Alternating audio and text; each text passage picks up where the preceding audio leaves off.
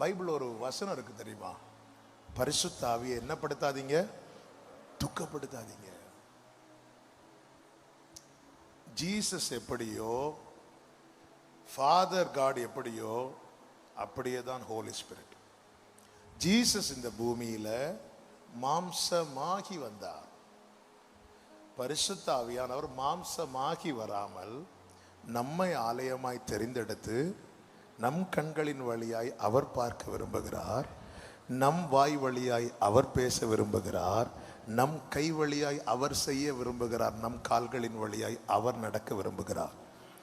அப்போ என்னை தெரிந்தெடுத்து எனக்குள்ளே இருக்கிறவர், அவருக்கு பிரியமில்லாத, அவர் தீமையை பார்க்க மாட்டாத சுத்த கண்ணன்.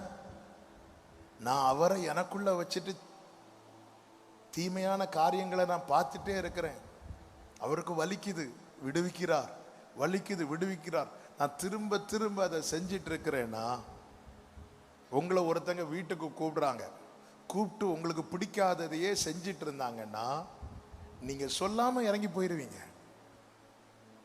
சொல்லாம இறங்கி போயிருவோம். அவர் கொடுத்த கிஃப்ட் இருக்கும். நம்ம வீட்டுக்கு கிஃப்ட் வாங்கிட்டு போவோம், கிஃப்ட கொடுத்துருவோம்.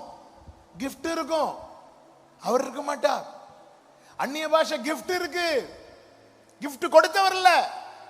நம்ம கிஃப்ட வச்சுட்டு கர்த்தரும் கூட இருக்கிறார்னு நம்பிட்டு இருக்கிறோம்.